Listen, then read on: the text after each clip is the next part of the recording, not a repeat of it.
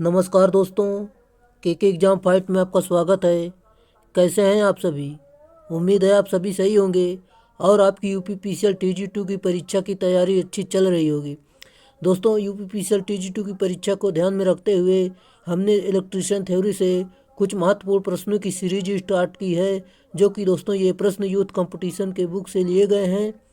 दोस्तों, ये विभिन्न एग्जामों में पूछे गए प्रश्न होंगे, जैसे कि यूपीपीसीएल, यूपीआरवीएनएल, इसरो, एनपीसीआईएल, एनएफएल आदि एग्जामों में पूछे गए प्रश्न होंगे। ये आपके एग्ज़ाम के लिए अति महत्वपूर्ण साबित होंगे।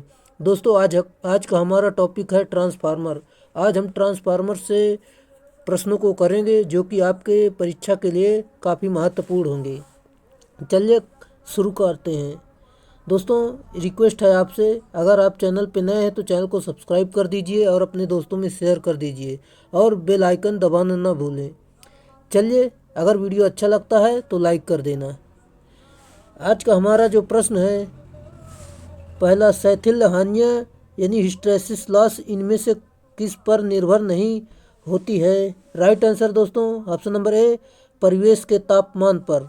इस पर नहीं निर्भर होती है, जबकि पदार्थ के आयतन पर और आवृत्ति पर, अधिकतम फ्लक्स घनत्व पर निर्भर होती है, जो कि दोस्तों यहाँ से देख सकते हैं आप। इनमें से शैथिल हानियाँ बराबर फार्मूला लिखा गया है, यहीं से इसका मतलब निकाला गया है।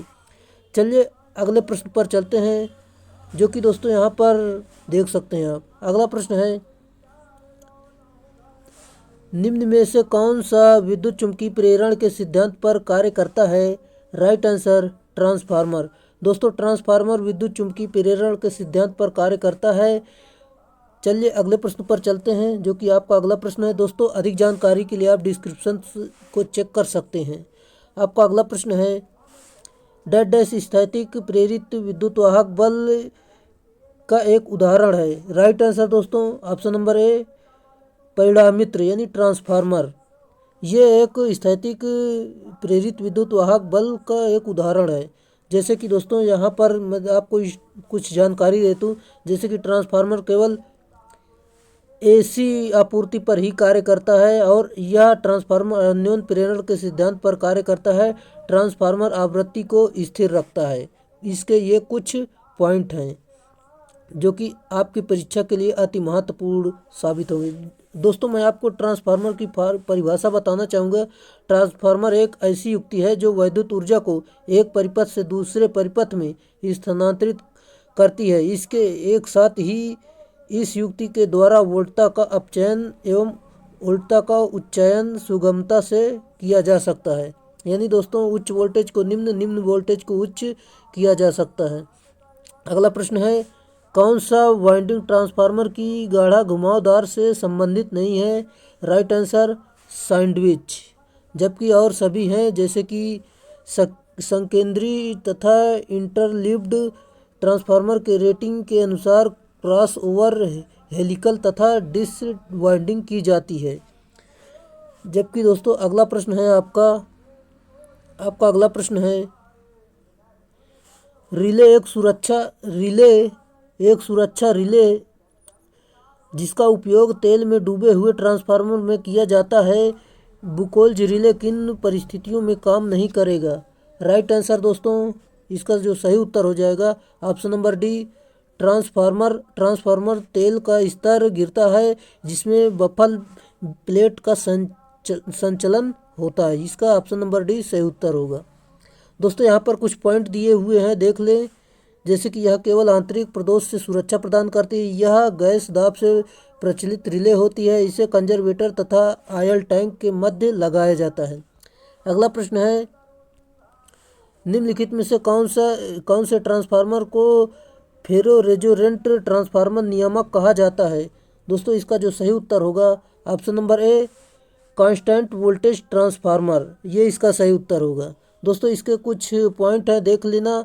चलिए मैं दिखा देता हूँ आपको। इसे कांस्टेंट वोल्टेज रेगुलेटर के नाम से भी जाना जाता है। यह ट्रांसफार्मर एक स्थैतिक युक्ति है जो समान आवृत्ति पर विद्युत शक्ति को एक परिपथ से दूसरे परिपथ में स्थानांतरित करती है, जो कि मैंने आपको परिभाषा बता दी। ये ट्रांसफार्मर की परिभाषा है। यह अन्योन प्रेरण के सिद्धांत पर कार्य करता है। अगला प्रश्न है दोस्तों, आपका अगला प्रश्न है, जो कि देख सकते हैं। एक शीतलन विधियों को लागू करने के लिए ट्रांसफार्मर प्रकार का किसका आकार 25 केवीए है जो चुना जाता है? यह किस प्रकार का ट्रांसफार्मर है?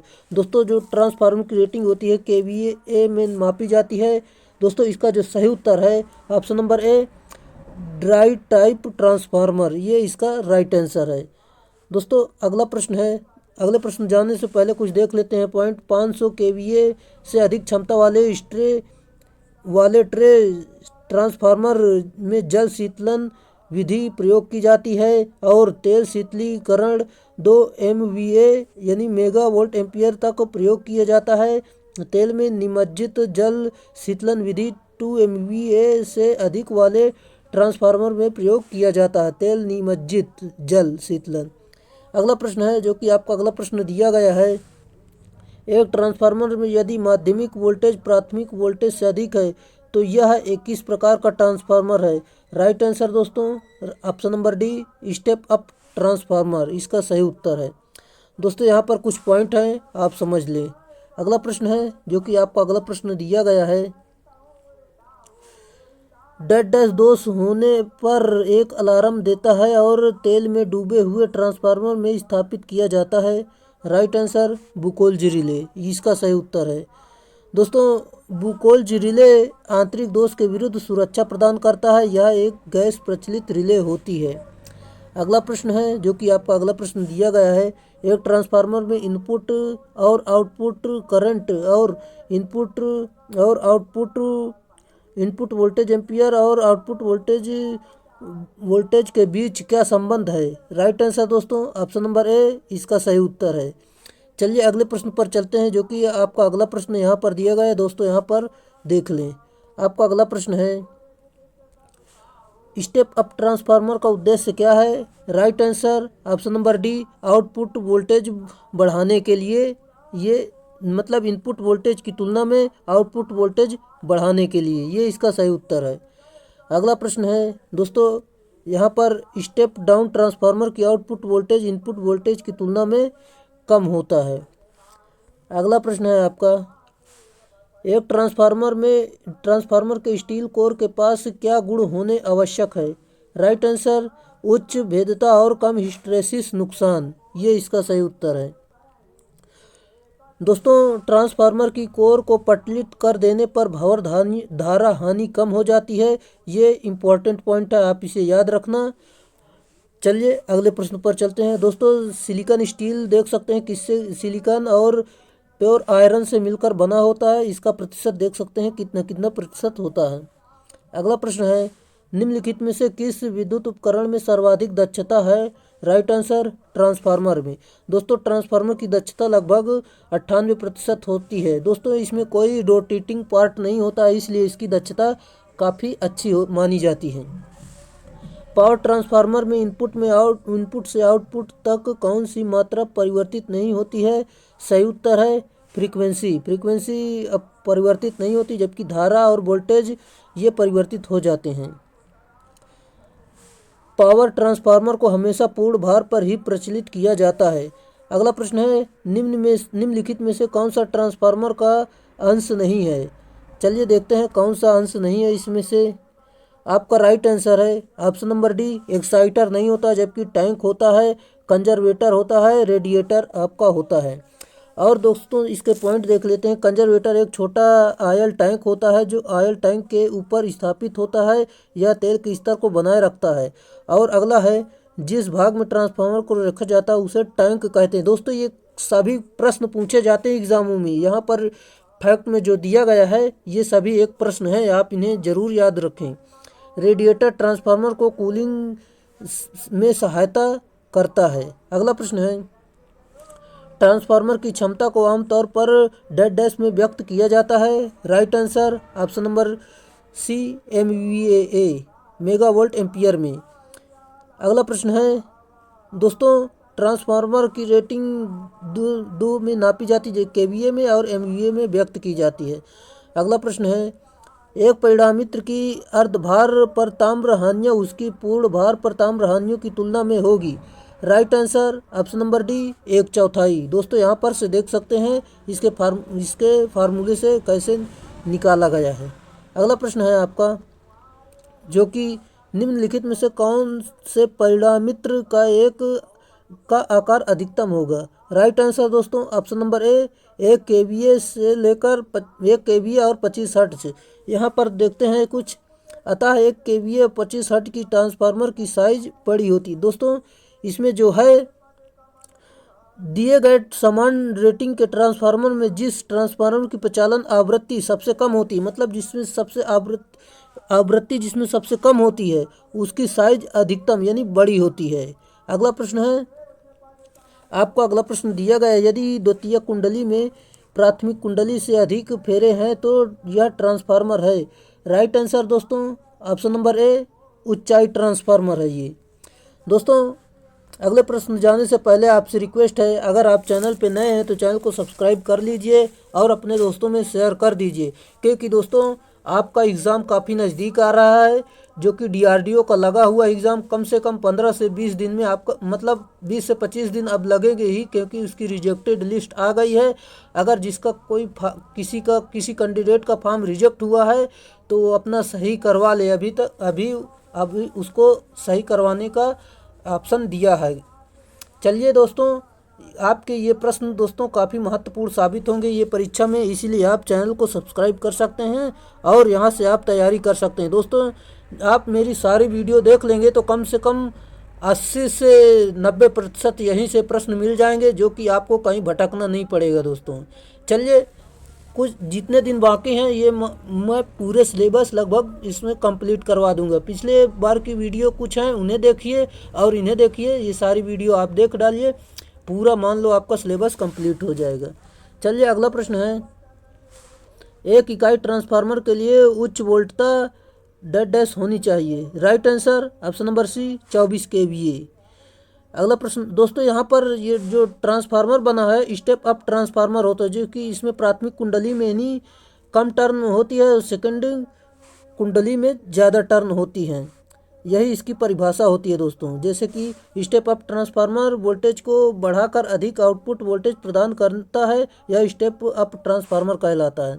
अगले प्रश्न पर चलते हैं, जो कि आपका अगला प्रश्न दिया गया है, परिणामित्र में कंजर्वेटर का कार्य होता है। Right answer option number C, tank में तेल के फैलाव तथा संकुचन को नियंत्रित करना, ये इसका सही उत्तर है। अगला प्रश्न है, जो कि आपको अगला प्रश्न दिया गया है, निम्न में से कौन सी शर्त दो परिणामित्रों के समांतर कार्य करने के लिए आवश्यक नहीं है। राइट आंसर दोस्तों ऑप्शन नंबर डी, जो कि KVA रेटिंग समतुल्य होनी चाहिए, ये इसका सही उत्तर है। अगले प्रश्न पर चलते हैं, जो कि आपका अगला प्रश्न यहाँ पर दिया गया है। दोस्तों यहाँ पर कुछ पॉइंट दिए गए हैं, आप इन्हें जरूर पढ़ना। जैसे कि मैं आपको बता दूं, दोनों परिणामित्रों की ध्रुवता अवश्य समान होनी चाहिए और दोनों परिणामित्रों की आवृत्ति समान होनी चाहिए, जो कि मैंने आपको फार्मूला बताया है, वहाँ से आप देख सकते हैं, वही जानकारी दी गई है।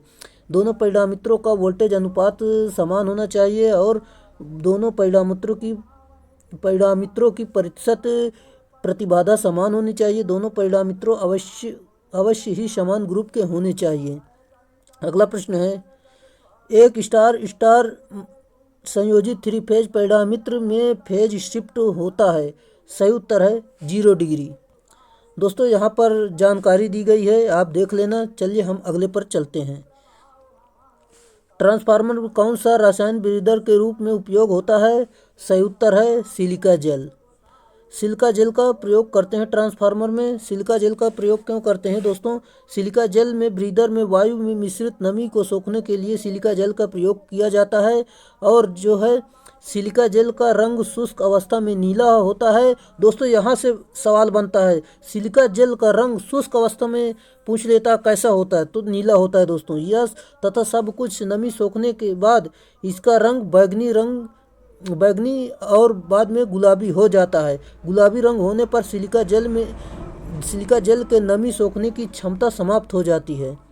अगला प्रश्न जाने से पहले दोस्तों, ये हमारा टेलीग्राम चैनल है, चाहे तो आप इससे जुड़ सकते हैं।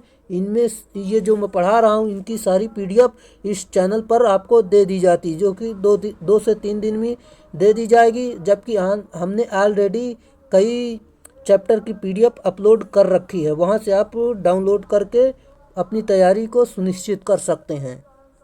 अगला प्रश्न है, एक परिणामित्र का द्वितीयक कुंडली का प्रतिरोध R है तथा उसका परिवर्तन अनुपात के है। द्वितीयक कुंडलन का प्राथमिक की ओर तुल्यकारी प्रतिरोध होगा। सही उत्तर है ऑप्शन नंबर डी, R/K²। इसका सही उत्तर है दोस्तों। ये फार्मूला है, आप यहाँ पर देख सकते हैं। जैसे कि यहाँ पर सबका संबंध दिया हुआ है, आप देख लेना। अगला प्रश्न है, एक ट्रांसफार्मर की कौन सी जांच उसकी नियमन दक्षता तथा तापन की जानकारी देता है? सही उत्तर है option number B, back to back जांच। ये इसका सही उत्तर है दोस्तों। खुला परिपथ परीक्षण से लौह हानि या क्रोड हानि की जानकारी प्राप्त होती है। लघु परिपथ परीक्षण से पूर्ण लोड ताम्र हानि की जानकारी मिलती है। अगला प्रश्न है, ट्रांसफार्मर की कोर बनाने में पदार्थ उपयोग में आता है।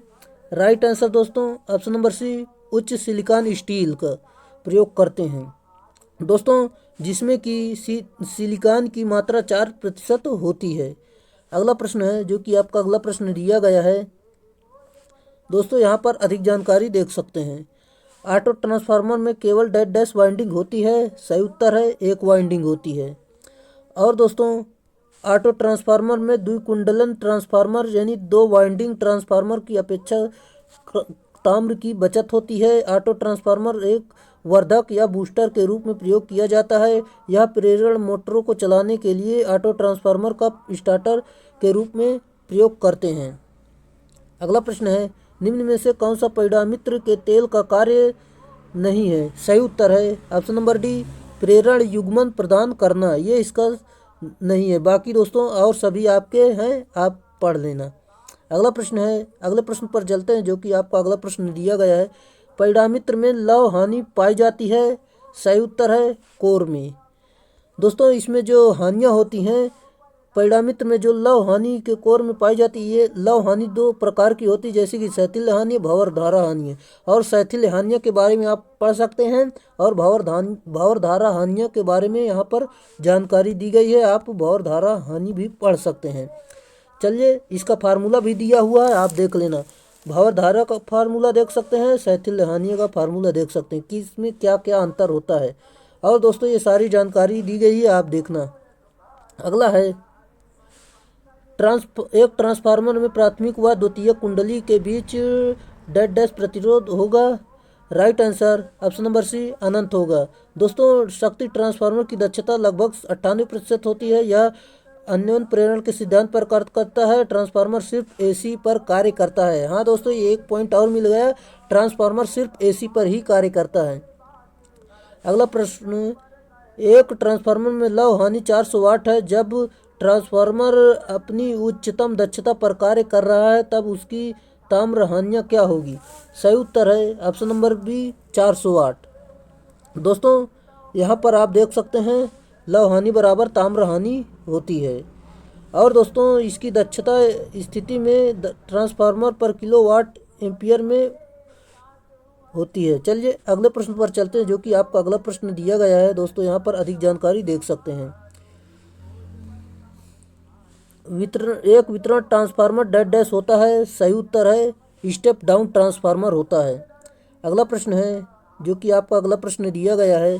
स्टेप अप ट्रांसफार्मर का फेरा अनुपात 10 है। यदि इनपुट सप्लाई आवृत्ति 50 हर्ट्ज है तो आउटपुट सप्लाई कितनी होगी? दोस्तों, इसका राइट आंसर है ऑप्शन नंबर सी, 50 हर्ट्ज। इसका सही उत्तर है। वोल्ट मीटर युक्त प्रयुक्त परिणामित्र को विभव परिणामित्र कहते हैं। विभव परिणामित्र का उनके द्वितीयक का निर्धारण डैश है। Right answer 110 volt. अगला प्रश्न है, जो कि आपका अगला प्रश्न दिया गया है। एक आदर्श ट्रांसफार्मर की प्रतिशत हानि होती है। राइट आंसर दोस्तों ऑप्शन नंबर डी, 0%, यानी कोई हानि नहीं होती है। अगले प्रश्न पर चलते हैं, जो कि आपका अगला प्रश्न दिया गया है। निम्न में से कौन सा ट्रांसफार्मर स्थापित करने के लिए एक भाग नहीं है? राइट आंसर एक्साइटर नहीं है, जो कि मैंने आपको पहले ही कुछ प्रश्नों में पहले ही बता दिया। 50 kVA के नीचे छोटे परिणामित्र इन ट्रांसफार्मर में कैसा शीतलन प्रयुक्त होता है? राइट आंसर वायु शीतलन। और अधिक जानकारी आप खुद से चेक कर सकते हैं। अगला प्रश्न है, 3 प्रवस्था वाले एक प्रशीतित शक्ति परिणामित्र में उपकरण, संरक्षक, आर्द्रता अवशोषक, विदर, विस्फोट निकास मार्ग, वेंट और बुकोल्ज रिले डेड डैश उपकरण है। राइट आंसर रक्षात्मक। अगला प्रश्न है, निम्न में से डेड डैश विद्युत ट्रांसफार्मर के प्लेट पर नहीं दिखता है। सही उत्तर है फ्रेम साइज, ये इसका सही उत्तर है। दोस्तों यहाँ पर ट्रांसफार्मर के नेम प्लेट पर निम्नलिखित डाटा अंकित होता है, देख सकते हैं यहाँ कौन कौन से डाटा दिए जाते हैं। चलिए अगले प्रश्न पर चलते हैं। आपका अगला प्रश्न दिया गया है, एक ट्रांसफार्मर की नो लोड स्थिति में यदि ट्रांसफार्मर के कुंडली का कोई प्रतिरोध न हो तो आयरन क्षय 400 वाट मिलता है। ट्रांसफार्मर में कुल क्षय क्या होगा? राइट आंसर 400 वाट। अगले प्रश्न पर चलते हैं जो कि आपका अगला प्रश्न है, परिणामित्र में पूर्ण भारित तांबे का नुकसान 1600 वाट है, अर्ध भारित तांबे का नुकसान डेड डैश होगा। राइट आंसर 400 वाट। दोस्तों यहाँ पर देख सकते हैं अर्ध ताम्र हानि बराबर इस पे फार्मूले पर रख दिया गया है, आपको उत्तर आ गया। अधिकतम दक्षता के दौरान परिणामित्र में तांबे का नुकसान 1000 वाट्स है और लोहे का नुकसान कितना होगा? Right answer option number B 1000 watts, उतना ही होगा। अगला प्रश्न है, 800 प्राथमिक और 200 द्वितीयक फेरों वाले एक परिणामित्र ट्रांसफार्मर को 110 वोल्ट प्रत्यावर्ती धारा एसी सप्लाई की आपूर्ति की जाती है। द्वितीयक वोल्टता की गणना करें। दोस्तों आप इसे हल करेंगे तो आपका उत्तर निकल कर आएगा ऑप्शन नंबर ए 25 वोल्ट। इस फार्मूले पर रख देना, आपका उत्तर आ जाएगा आसानी से। अगला प्रश्न है, आपका अगला प्रश्न दिया गया है, सवाल है दोस्तों पेन कापी लेकर जरूर बैठा करिए, हम यहाँ पर सॉल्व नहीं करा सकते हैं क्योंकि मोबाइल में लिखते नहीं बनता है। आपका अगला प्रश्न दिया गया है, एक 50 हर्ट्ज वाले अपसाइड परिणामित स्टेप डाउन ट्रांसफार्मर के प्राथमिक में 400 घुमाव है और वह 6000 वोल्ट की विद्युत आपूर्ति से जुड़ा हुआ है। कोर में उत्पन्न होने वाले फ्लक्स का अधिकतम मान क्या होगा? Right answer option number A. आप हल करोगे तो आपका उत्तर निकल कर आएगा 0.068 वेबर। दोस्तों आप हल करिए और आपको हल करके बताइए कि आपका उत्तर इतना आया। अगला प्रश्न है आपका, एक ट्रांसफार्मर में प्राथमिक पक्ष पर 200 और द्वितीयक पक्ष पर 20 टर्न है। यदि हम इस प्राथमिक सतह पर 200 वोल्ट डीसी लागू करते हैं तो द्वितीयक सतह पर वोल्टेज होगा। सही उत्तर है 0 वोल्ट। अगला प्रश्न है, ट्रांसफार्मर टैपिंग स्विच किस वाइंडिंग से जुड़ा होता है? राइट आंसर है द्वितीयक वाइंडिंग से। अगला प्रश्न है, आपका अगला प्रश्न यहाँ पर दिया गया है, तेल से भरे ट्रांसफार्मर में तेल डेड डैश के रूप में प्रयुक्त किया जाता है। राइट आंसर दोस्तों ऑप्शन नंबर ए शीतलन के लिए प्रयोग करते हैं। अगला प्रश्न पर चलते हैं जो कि आपका अगला प्रश्न दिया गया है। दोस्तों यहाँ पर इसके कुछ कार्य दिए गए हैं, प्रयोग दिए गए हैं, देख सकते हैं आप, जैसे कि उच्च विशिष्ट प्रतिरोध, उच्च परावैद्युत सामर्थ्य, उच्च दमक बिंदु, रासायनिक प्रतिक्रिया रहित, रासायनिक अशुद्धियाँ रहित, आर्द्रता या नमी रहित, धूल गंध तथा कीचड़ रहित, शून्य श्यानता, ये सारी इसके प्रयोग हैं। अगला प्रश्न है, ट्रांसफार्मर सिलिका जेल ब्रीदर का उपयोग डेड डैश के लिए किया जाता है। राइट आंसर नमी का अवशोषण रोकने के लिए। अगले प्रश्न पर चलते हैं दोस्तों, यहाँ पर अधिक जानकारी खुद से देख सकते हैं। अगला प्रश्न है, सवाल है दोस्तों, इसे पेन उठाइए, हल करिए। किसी वितरण ट्रांसफार्मर का फेरा अनुपात 100 है। यदि प्राथमिक की धारा 100 एम्पियर है तो द्वितीयक की धारा कितनी होगी? राइट आंसर दोस्तों निकल कर आएगा आपका 10,000 एम्पियर, जो कि दोस्तों इस फार्मूले पर रख देना, आपका उत्तर आ जाएगा आसानी से, यहाँ से देख सकते हैं।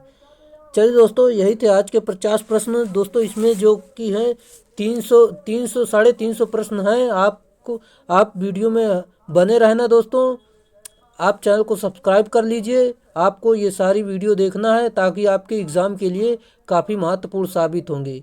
चलिए दोस्तों, अगर आप चैनल पर नए हैं तो चैनल को सब्सक्राइब कर लें और अपने दोस्तों में शेयर कर दें। अगर वीडियो अच्छा लगा हो तो लाइक ज़रूर कर दें। चलिए दोस्तों, आज के लिए इतना ही, फिर मिलेंगे नेक्स्ट वीडियो में, तब तक के लिए बाय।